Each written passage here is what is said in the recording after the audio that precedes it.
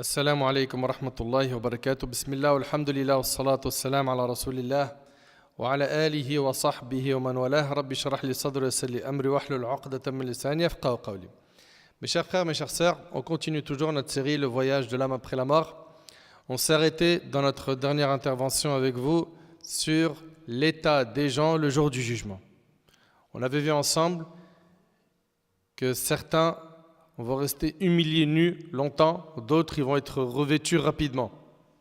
Certains vont être ressuscités marchant sur leurs pieds, d'autres ils seront sur des montures qu'on leur apportera du paradis et d'autres qui vont marcher sur leur visage.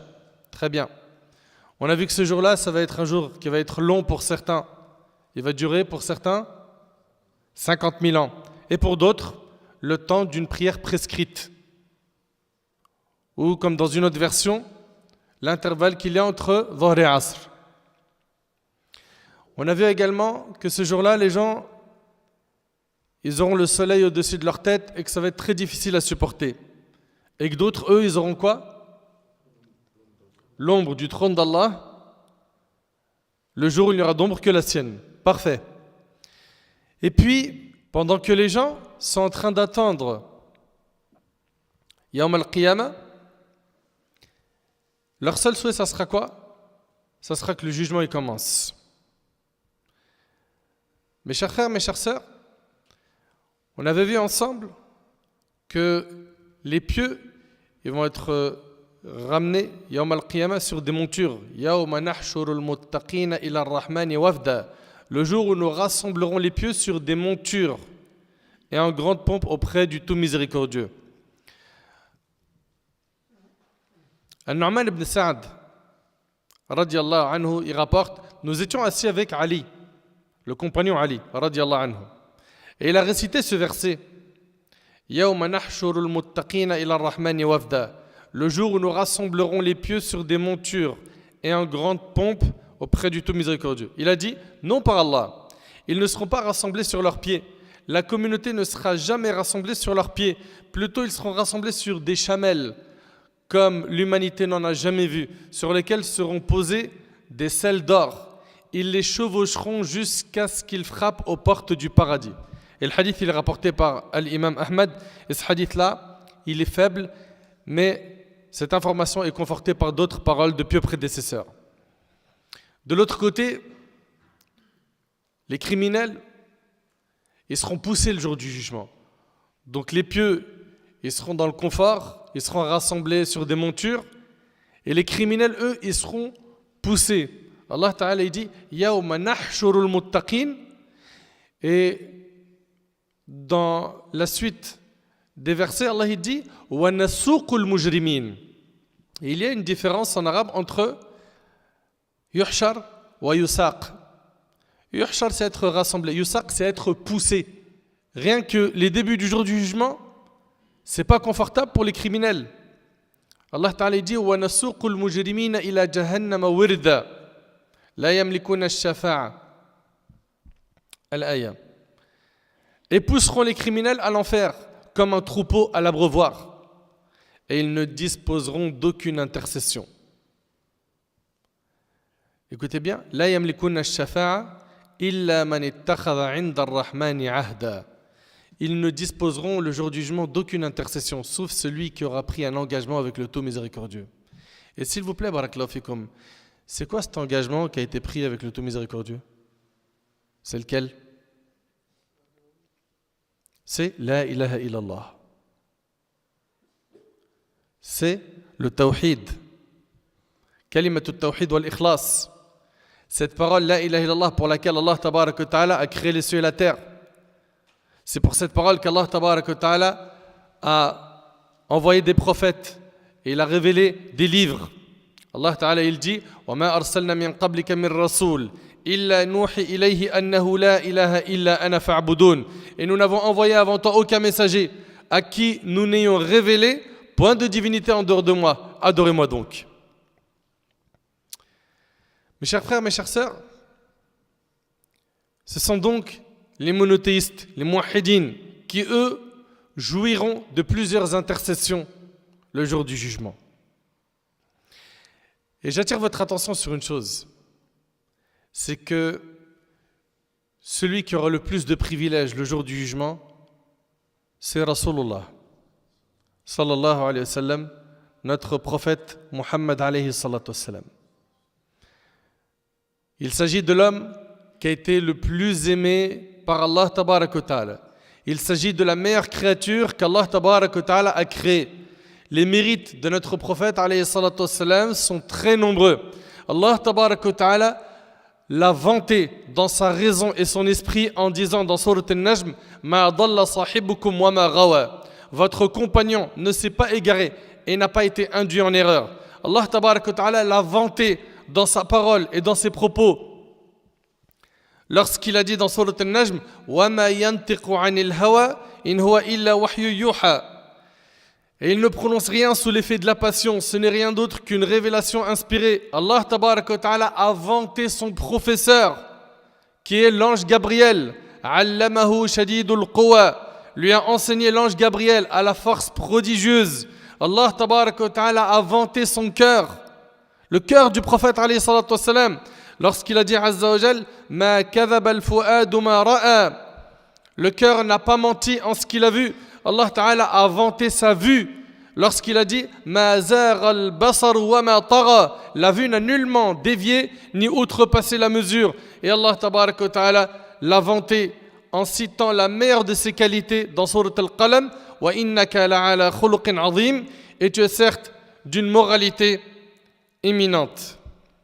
C'est-à-dire que notre prophète alayhi salatu wassalam jouit du meilleur des comportements. Le prophète alayhi salatu wassalam n'est pas un homme comme les autres, mais il a été évoqué en ayant son nom lié à celui d'Allah.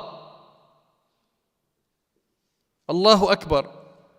Tu ne peux pas embrasser l'islam sans mentionner le nom d'Allah et celui du prophète sallam. Tu ne peux pas faire le adhan sans mentionner le nom d'Allah et le nom du prophète sallam. Et en plus de cela, Allah tabarak wa ta'ala, lorsqu'il s'est adressé dans son livre sacré, écoutez bien s'il vous plaît, à tous les prophètes, il les a appelés par leur nom particulier et spécifique. Allah tabarak wa ta'ala, en citant les prophètes, il a dit Wa ya Adam, uskun anta wa zawjuka al-jannah. Ô Adam, habite le paradis, toi et ton épouse. Ya Ibrahim, qad saddaqta ar-ru'ya. Ibrahim, tu as confirmé la vision. Ya Moussa, inni ana Allahu rabbul alamin. Ô Moïse, c'est moi Allah, le Seigneur de l'univers. Ya Isa, inni mutawaffika wa rafi'uka ilay. Ô Jésus, Isa, ô Jésus, certes, je vais mettre fin à ta vie terrestre, t'élever vers moi. Ya Yahya, khudhil kitaba biquwa. Ô Yahya, tiens fermement au livre, donc la Torah. Allah Ta'ala a dit Ya Zakaria, inna nubashiruka bi ghulamin ismuhu Yahya. Ô Zakaria, nous t'annonçons la bonne nouvelle d'un fils, son nom sera Yahya. Donc vous voyez que les prophètes ici, ils ont été cités par leur nom. Concernant notre bien-aimé alayhi salatu wassalam, c'est différent. Allah Azza wa Jal n'a jamais appelé le prophète sallam par son propre nom, Muhammad, mais il l'appelle en lui rappelant sa qualité de prophète. Allah Ta'ala il dit Ya ayyuhan nabi. Inna arsalnaka shahidan wa mubashiran wa nadhira. Ô prophète, nous t'avons envoyé pour être témoin, annonciateur et avertisseur. Ya ayyuhar rasoul, balligh ma unzila ilayka min rabbik wa in lam taf'al fama ballaghta risalatahu wallahu ya'simuka minan nas. Ô messager, transmets ce qui t'a été descendu de la part de ton Seigneur. Si tu ne le faisais pas, alors tu n'aurais pas communiqué son message et Allah te protégera des gens. Ya ayyuhal muzammil, ô toi l'enveloppé dans tes vêtements, lève-toi pour prier toute la nuit excepté une petite partie. Ya ayyuhal muddathir, qum fa'anzir. Ô toi le revêtu d'un vêtement, lève-toi et avertis. Allah Ta'ala ne l'a jamais appelé, écoutez bien, il n'a pas dit, et vous ne trouverez jamais dans le livre d'Allah, ô Muhammad. Allah a élevé son rang et sa valeur. Et lorsqu'il évoque son nom, il ne l'évoque qu'en rappelant son message, qu'en rappelant qu'il est le messager d'Allah. Muhammadun Rasulullah. C'est dans Sourate Al-Fath. Muhammad est le messager d'Allah. Ma kana Muhammadun aba ahad min rijalikum walakin Rasulallah wa khatam an-nabiyyin. Muhammad n'a jamais été le père de l'un de vos hommes, mais le messager d'Allah est le dernier des prophètes. Allah est omniscient.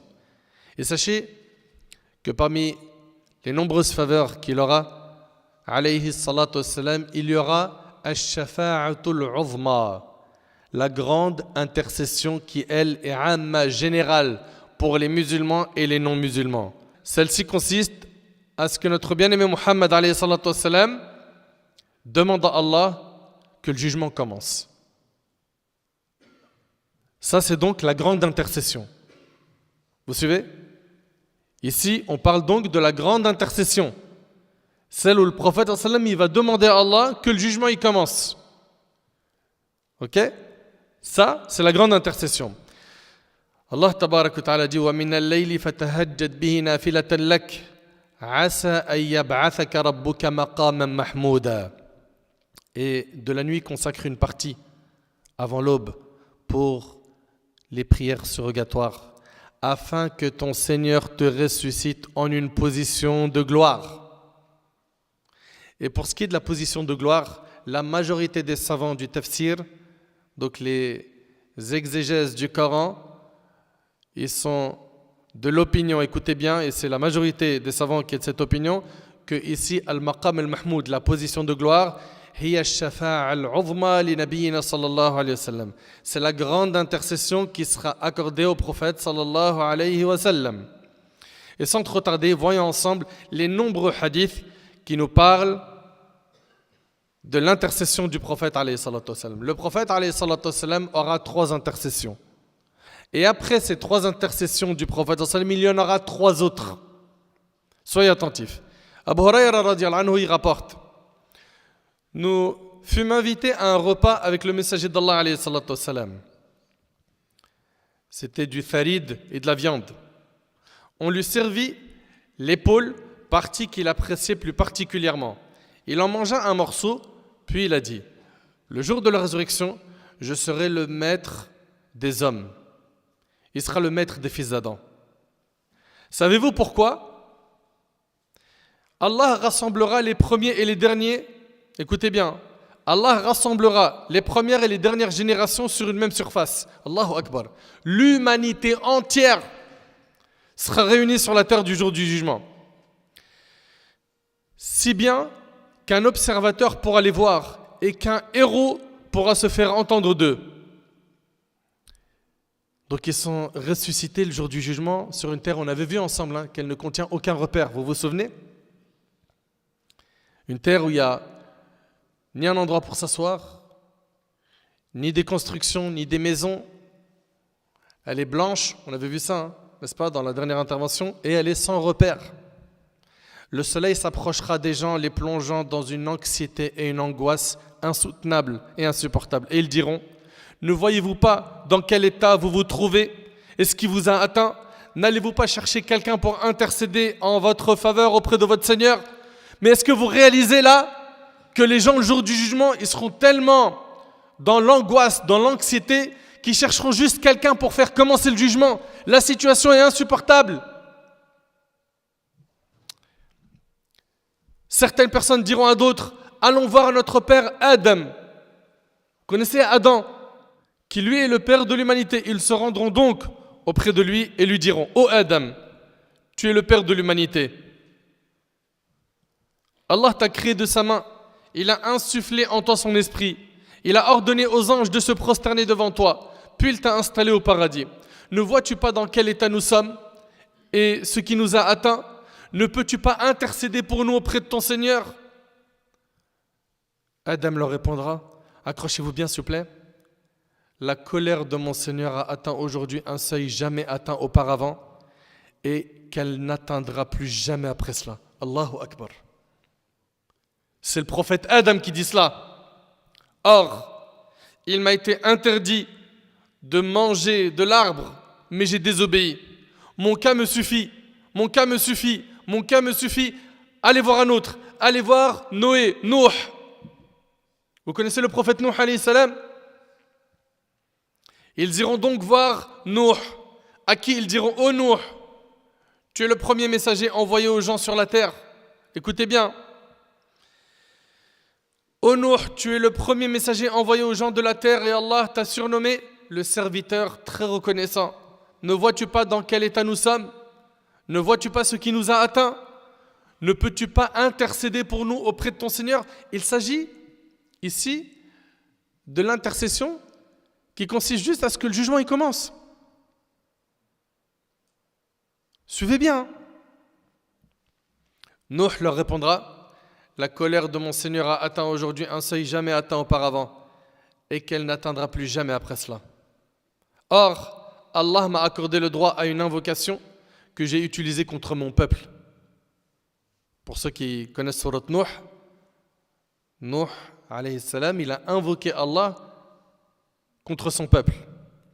Et il dira: mon cas me suffit, mon cas me suffit, mon cas me suffit. Allez voir un autre, allez voir Ibrahim. Ils se rendront alors auprès d'Ibrahim, qu'ils solliciteront également: ô Ibrahim, tu es le prophète d'Allah et son ami intime parmi tous les habitants de la terre. Intercède pour nous auprès de ton Seigneur. Ne vois-tu pas dans quel état nous sommes?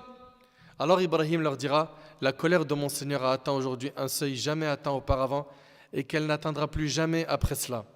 Or, et c'est Ibrahim qui parle, il dira: or j'ai menti à 3 reprises.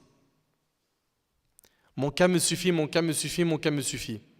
Concernant les 3 mensonges du prophète Ibrahim alayhi salam, voyons ça de plus près. D'après Abu Hurayra radhiyallahu anhu, le prophète a dit, et le hadith il est rapporté par Bukhari Muslim,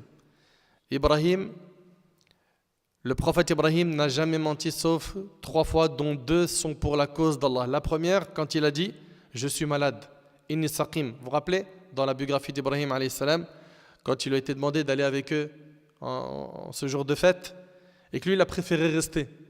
Il avait préparé comme plan de détruire toutes leurs idoles. Très bien. Il a dit: je suis malade. Ok? Et dans Umdatul Qari, dans l'explication de ce hadith, ici, il a dit en fait: je suis malade, c'est-à-dire je suis sujet à la maladie.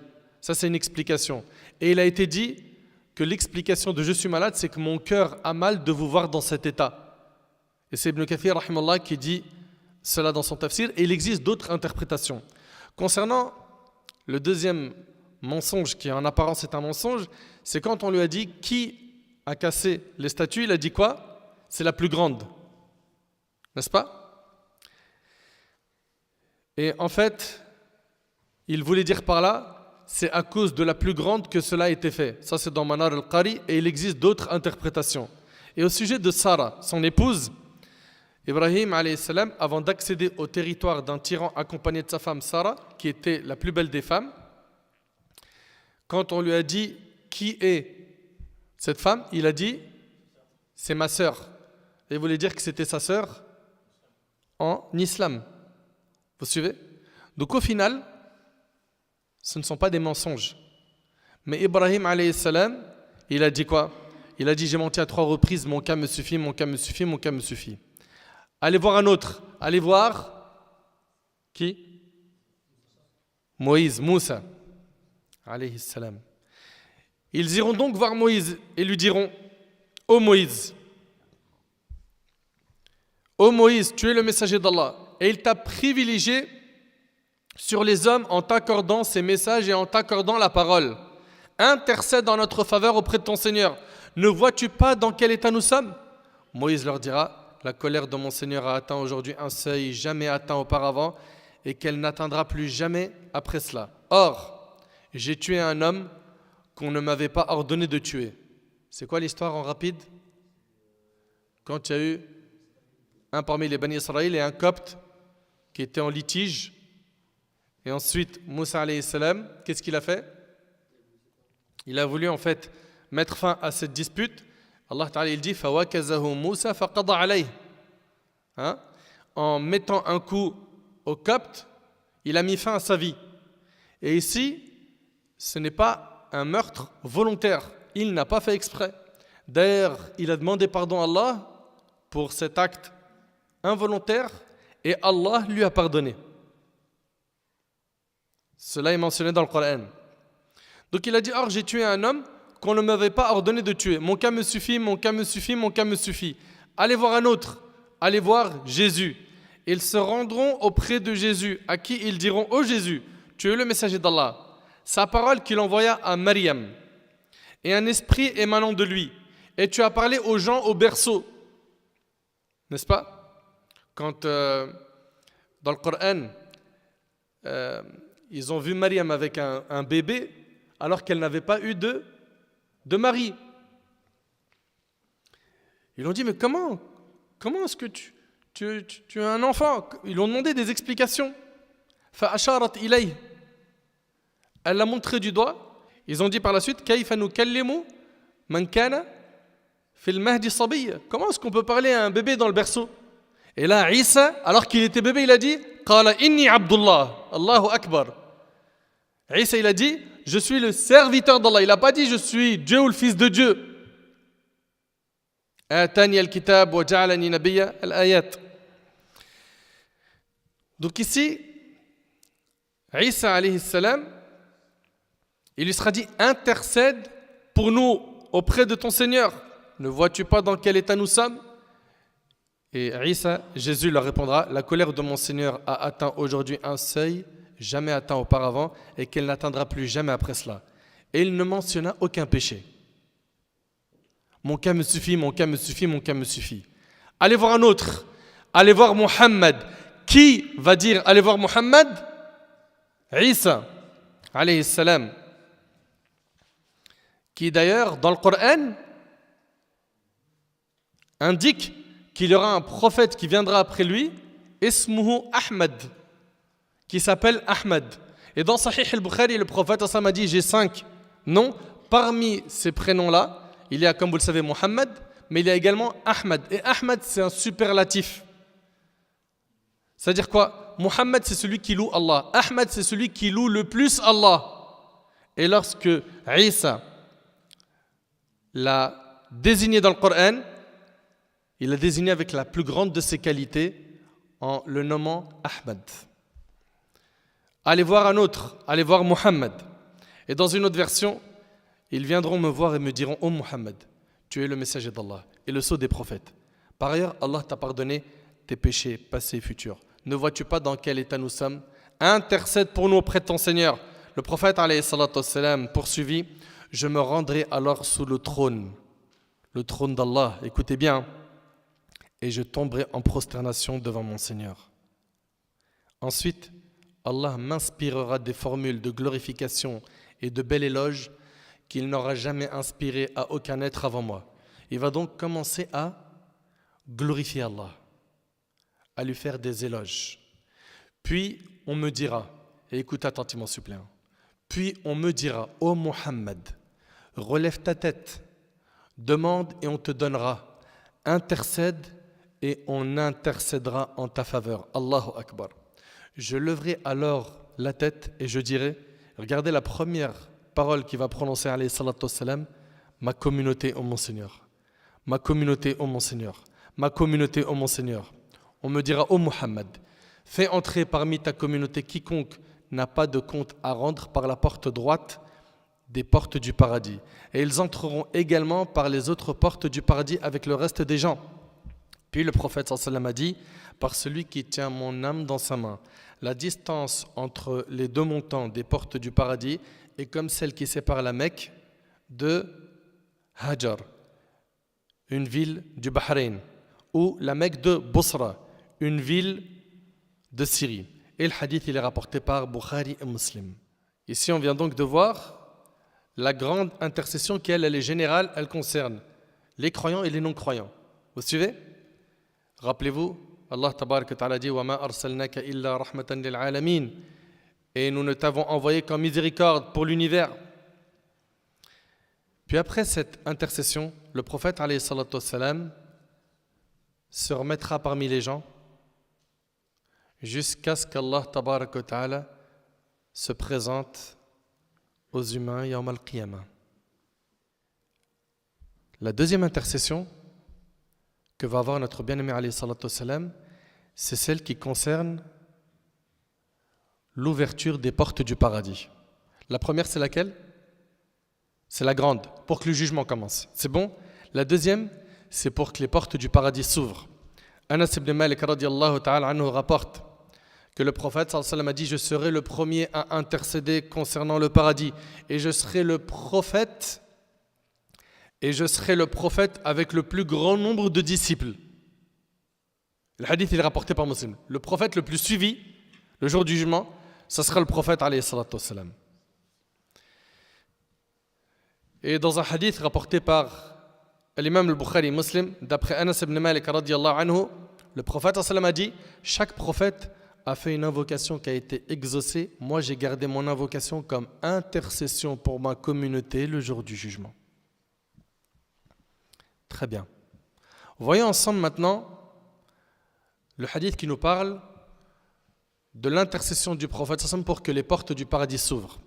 Le hadith il est rapporté par l'imam Muslim selon Hudhayfa et Abu Huraira radiallahu anhuma. Le prophète a dit: Allah, exalté soit-il, rassemblera les gens. Les croyants resteront debout jusqu'à ce qu'on fasse venir le paradis tout près d'eux. Ils vont alors trouver Adam et lui diront: ô notre Père, prie pour nous ton Seigneur pour qu'il nous ouvre les portes du paradis. Il répondra: qu'est-ce donc qui vous a sorti du paradis si ce n'est la faute de votre Père? Non, ce n'est pas à moi que revient cet honneur. Allez voir plutôt Ibrahim, qui est l'ami intime d'Allah.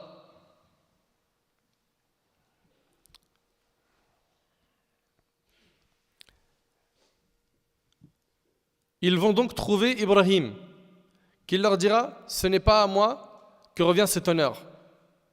Je n'ai été l'ami d'Allah que de derrière un écran. Allez plutôt voir le prophète Moussa. Ils iront voir Moussa, qui leur dira: ce n'est pas à moi que revient cet honneur. Allez plutôt voir Jésus, qui est la parole d'Allah et son esprit. Jésus leur dira: ce n'est pas à moi que revient cet honneur. Ils iront alors voir Muhammad alayhi salatu wassalam, qui se lèvera. Écoutez bien, ils iront alors voir Muhammad alayhi salatu wassalam, qui se lèvera, et voilà qu'on lui permettra d'ouvrir les portes du paradis. Dans une version, il va demander l'autorisation au gardien du paradis. Et il dira: Man? Qui est-ce? Il dira: Muhammad ibn Abdullah. Muhammad, le fils de Abdullah. Et là, le gardien du paradis dira: Umirtu an la aftaha al-janna li ahadin qablaka ya Rasulallah. Il m'a été ordonné de n'ouvrir le paradis à personne avant toi, au messager d'Allah. Allahu Akbar. Le premier homme à entrer au paradis sera notre bien-aimé Muhammad alayhi salatu wassalam. Jusque-là, on vient de voir combien d'intercessions? 2. Très bien. Dans un autre hadith qui est rapporté par l'imam Tirmidhi, Ibn Abbas radiyallahu anhu, il raconte que quelques compagnons du prophète alayhi salatu wassalam se mirent à échanger des propos au sujet des envoyés d'Allah. L'un d'eux a dit: quelle merveille qu'Allah ait pris Ibrahim comme compagnon. Un deuxième a dit: il n'y a guère de plus prodigieux que le fait de voir Allah adresser la parole à Moussa. Un troisième dit: Jésus est la parole d'Allah et son esprit. Un quatrième a dit: Adam a été choisi par Allah pour être le père de tous les hommes. Ayant entendu leurs propos, Muhammad alayhi salatu wassalam s'adressa à ses compagnons en ces termes: j'ai entendu vos propos et vos arguments. Il est vrai en effet qu'Ibrahim est le compagnon, le Khalil, l'ami intime d'Allah, que Moussa est l'interlocuteur d'Allah, que Isa est l'esprit d'Allah, c'est-à-dire c'est l'âme qu'il a insufflé en Maryam, et que Adam a été choisi par Allah. Moi-même, je suis le bien-aimé d'Allah, et je dis cela sans prétention. Je tiens l'étendard de la louange le jour du jugement. Je suis le premier intercesseur, le premier dont l'intercession est approuvée, le premier à faire la ronde des portes du paradis afin qu'Allah l'ouvre à moi. J'y pénétrerai en compagnie des plus pauvres des croyants. Est-ce que ça veut dire par là que les riches ne vont pas y aller? Non. Les riches pieux entreront au paradis. Ok? Et puis les riches parmi les musulmans, tout court, même si ils séjournent un moment en enfer, on le sait qu'il n'y a pas de musulmans qui resteront éternellement où? Finnar. Très bien. Mais ici, c'est qu'on a des textes qui nous mentionnent que les pauvres entreront avant les riches au paradis. J'y pénétrerai en compagnie des plus pauvres des croyants, et je dis cela sans prétention. Et je suis le plus honoré de tous les êtres, du premier au dernier, et je dis cela sans prétention. Très bien. On vient de voir combien d'intercessions pour l'instant? 2. La première, c'est pour que le jugement commence, c'est la grande intercession. La deuxième, c'est pour que les portes du paradis s'ouvrent. Très bien. Troisième intercession, c'est l'intercession du prophète alayhi salatu wassalam envers al-usat, les pécheurs. Le prophète sallam intercédera pour les pécheurs parmi les monothéistes. Allahu Akbar. Il s'agit ici de ces monothéistes qui seront en enfer et qui vont jouir de l'intercession de notre bien-aimé Muhammad sallallahu alayhi wa sallam. Le hadith il est rapporté par Bukhari et Muslim. Et dans la fin du hadith, alors j'intercéderai et il me donnera une limite pour le nombre de gens et je les ferai entrer au paradis, je retournerai ensuite à lui et quand je verrai mon Seigneur, je me prosternerai comme avant. Donc c'est une deuxième fois. Alors j'intercéderai et il me donnera une limite pour le nombre des gens et je les ferai entrer au paradis. Alors je retournerai une troisième fois, puis une quatrième fois et je dirai, il ne reste en enfer que ceux que le Coran a confinés et ceux qui doivent y rester pour l'éternité. Donc on voit que le prophète il va intercéder pour les monothéistes qui sont en enfer. Vous suivez? Très bien. Très très bien. Donc là on vient de voir 3 intercessions qu'aura notre bien-aimé alayhi salatu wassalam. La première c'est la grande, la deuxième c'est pour l'ouverture des portes du paradis et la troisième c'est pour les monothéistes qui séjournent en enfer. Ensuite, après ces intercessions-là, il restera celle des anges, celle du reste des prophètes et également celle des croyants. Même les croyants, ils ont le droit à l'intercession. Très bien. Dans un hadith rapporté par l'imam Bukhari et Muslim, ce hadith-là, il est très long. C'est le hadith d'Abi Sa'id al-Khudri, radiyallahu anhu. Dans ce hadith, on peut y trouver qu'à un moment donné, les gens ils vont passer au-dessus du pont, qu'on appelle comment? As-Sirat. Le prophète, donc dans une partie de ce hadith, il nous dit, le croyant, il passera comme un clin d'œil, comme l'éclair, comme le vent, comme les chevaux et comme l'homme sur sa monture. Et tout ça, ça sera en fonction de quoi, les frères? Barakallahu fik. C'est en fonction de la vitesse d'accomplissement de bonnes actions qu'ils avaient sur terre. Tout cela, c'est en fonction de leur vitesse à exécuter le bien, à faire des bonnes actions sur terre. Plus tu feras le bien sur terre et que tu seras le premier à le faire, plus tu te retrouveras dans un grand confort le jour du jugement. Et plus tu seras de tension, mou, feignant à faire le bien et à toujours repousser les bonnes actions à plus tard, à se dire la prière, ouais, tranquille, il y a le temps. Hijab, je sais que c'est obligatoire, mais pas maintenant, il y a le temps. Quand je me marie, je me case et que je suis carré, c'est bon, j'arrête les péchés. Dès que je me marie, j'arrête les bêtises. Et donc on voit qu'il y a beaucoup de gens qui retardent beaucoup les bonnes actions. Et ça, c'est un grand danger. Parce qu'il faut toujours garder en tête une chose, c'est qu'on peut mourir à n'importe quel moment. Et on avait vu ensemble qu'on sera ressuscité de la même manière dont on est mort. Et que cette vie-là, c'est du falche. C'est pas celle-là la vraie vie. La vraie vie, elle vient après. Mais elle demande de la préparation, elle demande des efforts, des sacrifices. Le fait que tu surveilles tes actions. On surveille souvent nos comptes bancaires, c'est vrai ou pas? Ceux qui ont les applis là.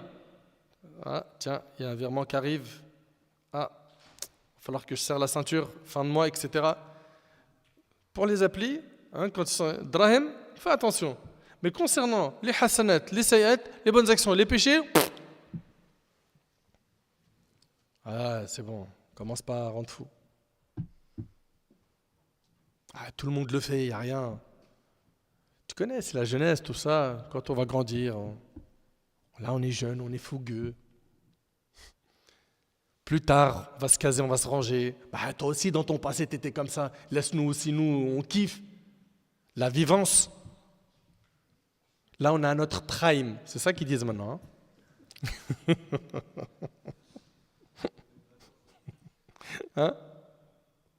C'est pas ça? Mais qui t'a dit que tu n'as pas le droit de kiffer? Qui t'a dit que kiffer égale haram? Mais tu as le droit de kiffer en restant dans le cercle de ce qui est permis, ce qui est autorisé. Moi, personnellement, j'en fais partie. De ceux qui, quand j'arrive à trouver du temps, j'aime bien, que ce soit en famille, ou avec les enfants, ou avec des amis, me faire un kiff. On va se faire un bon petit plat, ou une sortie, ou un resto, voilà, une petite balade. Pas de problème, tant que c'est cadré tout ça. Mais non, toi tu veux pas le cadre. Toi tu veux être musulman, mais à ta sauce. Musulman, c'est-à-dire soumis à Allah. Musulman, c'est-à-dire soumis à Allah. Et quand tu lui parles, dis ouais, moi je suis musulman, mais je suis pas pratiquant. Ça veut rien dire. Musulman, c'est-à-dire soumis à Allah, c'est-à-dire que tu pratiques. Et toi tu dis je suis musulman non pratiquant. Tu es en train de dire je suis musulman, mais je suis pas musulman. Je te traduis. Arrête tes bêtises. Sois un musulman sérieux. Fais les choses bien comme il faut. Et tu verras, ça va payer sur terre. Tu auras plein de récompenses et de barakat, de bénédictions dans ta vie. Et de soutien de la part d'Allah le jour où tu rentreras dans le four de l'épreuve. Mais surtout, ce qui t'attend, c'est le paradis éternel. Donc faites des bons choix.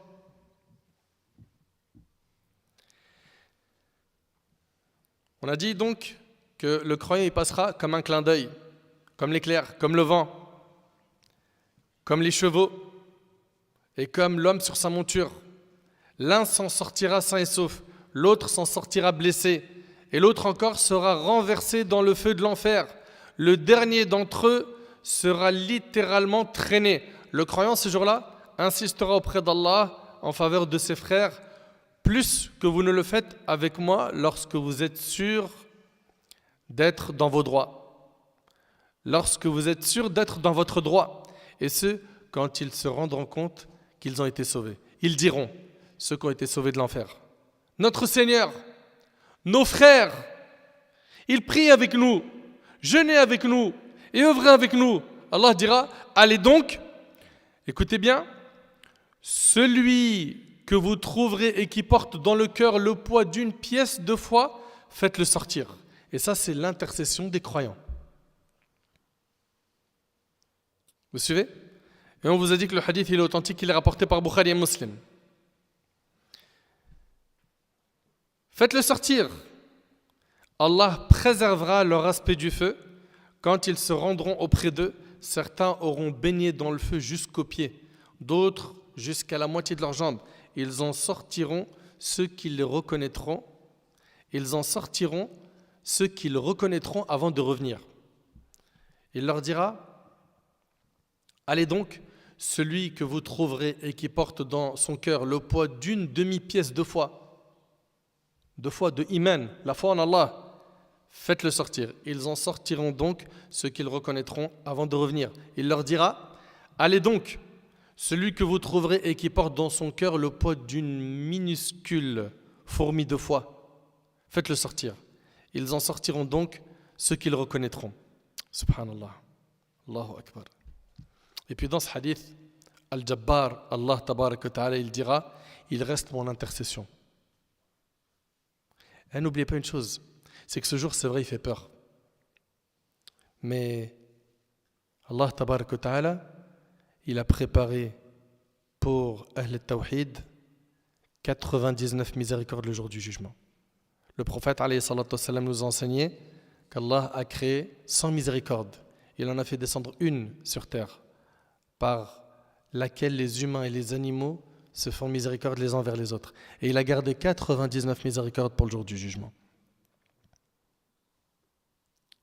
Et attention à ne pas être de ceux qui disent « Ah bah puisque c'est comme ça, c'est bon, on n'œuvre pas et on mise tout sur la rahma d'Allah. » Ça n'a jamais été le comportement ni du prophète, ni des prophètes, ni des pieux. Au contraire, œuvre pour gagner cette rahma de la part d'Allah tabaraka wa ta'ala. Allah dira, il reste mon intercession et il saisira une poignée en enfer et en fera sortir des gens déjà carbonisés. T'entends le terme? Carbonisés. Ils seront jetés dans une rivière située au bord du paradis appelée Nahrul Haya, l'eau de la vie ou la source de la vie. Et ils repousseront sur ces bords comme un grain pousse dans l'écume d'un torrent. Donc ça c'est la partie du hadith que je voulais ici vous citer. Donc là on vient de voir l'intercession de qui? Des croyants. On a vu celle du prophète pour que le jugement y commence, la grande intercession. On a vu également celle pour que les portes du paradis s'ouvrent. La troisième, celle du prophète envers les monothéistes qui sont en enfer. Puis, il y aura celle des anges, il y aura celle des prophètes, il y aura celle des croyants. On vient de voir celle des croyants tout de suite, n'est-ce pas? Très bien. Il y a également l'intercession de la part d'Allah tabaraka wa ta'ala, et celle-là on l'a vu dans le hadith à l'instant. Très bien. Mes chers frères, mes chères sœurs, pour pouvoir le jour du jugement être en sécurité, il faut impérativement être parmi Ahl al-Tawhid, ceux qui vont adorer Allah tabaraka wa ta'ala seul sans rien associer, ceux qui ne vont pas entacher leur Tawhid de shirk, ceux qui vont suivre la voie du prophète alayhi salatu wassalam sans innover, en étant fidèles à sa sunna. Et puis, pour que tu puisses être en sécurité le jour du jugement, en fait, il n'y a rien sans rien. Le prophète, alayhi salatu wassalam, dans le hadith d'Ibn Abbas qui est rapporté par Tirmidhi, Ibn Abbas il rapporte, alors que j'étais assis sur un âne derrière le prophète, sallallahu alayhi wa sallam, il me dit, ô jeune homme, je vais t'enseigner quelques paroles. Et il a dit, ihfadillah yahfadk. Ihfadillah yahfadk. C'est-à-dire, respecte les prescriptions d'Allah, Allah te préservera. Si tu veux qu'Allah tabaraka wa ta'ala te préserve sur terre des malheurs, des embrouilles, des catastrophes, ou du moins quand tu es touché d'une catastrophe, que tu trouves le soutien d'Allah, si tu veux être préservé par Allah sur terre et dans l'au-delà, respecte les prescriptions d'Allah. Respecte les ordres d'Allah. La prière, c'est soudé. On fait ça sérieusement. Le jeûne, pareil. C'est pas une mode, comme pour certains. C'est pas un exercice d'un mois. Non, non. Le jeûne, c'est un entraînement qui nous permet d'être pieux. Le hajj, ça fait partie des obligations. Et du plus profond de mon cœur, je vous donne ce conseil et cette nasiha, faites le hajj dès que possible. Et ces histoires de « ouais, mais t'as vu, il coûte combien maintenant ? T'as vu, le hajj, il a été récupéré par un organisme qui, ceci, cela, et tout ce qu'on entend aujourd'hui. » Toi, à partir du moment où financièrement tu as les moyens, tu es concerné par l'obligation du hajj. Demain, le hajj, il monte à 20 000 euros, tu as l'argent, tu devras payer les 20 000 euros. Est-ce que ce que font ceux qui l'augmentent là, c'est justifié ou pas? Je ne rentre même pas dans ce débat. S'ils sont injustes, ils payeront le jour du jugement. Toi, tu as une obligation religieuse. C'est al-hajj. C'est pour qui? Liman istata'a ilayhi sabila. C'est pour celui qui en a les moyens. Dès lors que tu as les moyens, tu dois quoi? Faire le hajj. Et faites vos calculs pour faire le hajj. Ça veut dire quoi? Ça veut dire qu'il y en a, tabarakallah, ils gagnent bien leur vie, ils économisent un peu, puis hop, il envoie au bled, il achète une terre, un appart, une voiture. Et à quel moment tu fais l'obligation, le hajj? T'attends quoi? Donc, faites le nécessaire, pourquoi? Pour respecter les prescriptions d'Allah. Allah Ta'ala t'a imposé Hajj, je suis là. Zakat, je dois apprendre comment calculer la zakat et ne pas faire comme beaucoup de gens, ils ne savent même pas comment la calculer. Il vient à la fin de Ramadan, il donne une enveloppe à la mosquée ou à un pauvre, il dit c'est bon, j'ai payé zakat. Mais comment tu l'as calculé, comment? Je sais pas, je donnais une somme. T'es pas sérieux? Ok? Donc si vous voulez qu'Allah vous préserve, que vous soyez en sécurité le jour du jugement, vous respectez le dîn d'Allah. Respectez la religion d'Allah. Faites le nécessaire pour qu'Allah subhanahu wa ta'ala vous voie dans les endroits qu'il aime et qu'il ne vous voie pas dans les endroits qu'il déteste. Allah tabaraka wa ta'ala, en parlant des croyants, il dit Alladhina amanu wa amilu salihat. Ceux qui croient et qui font les bonnes actions. T'es croyant, fais les bonnes actions.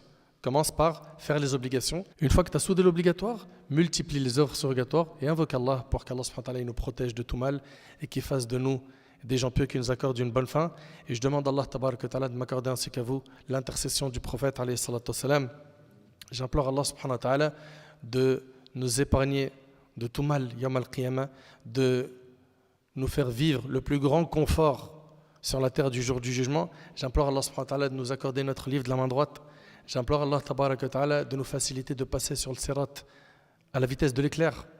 Et j'implore Allah tabaraka wa ta'ala de nous faire jouir du plus haut degré du paradis qui est le Firdaus al-A'la. Sallallahu subhanahu wa ta'ala yanfa'ni bima qultu yanfa'akum bima sami'tum. هذا ما أعلم والله عز وجل أعلى وأعلم سبحانك اللهم بحمدك أشهد أن لا إله إلا أنت أستغفرك وأتوب إليك وآخر دعوانا أن الحمد لله رب العالمين.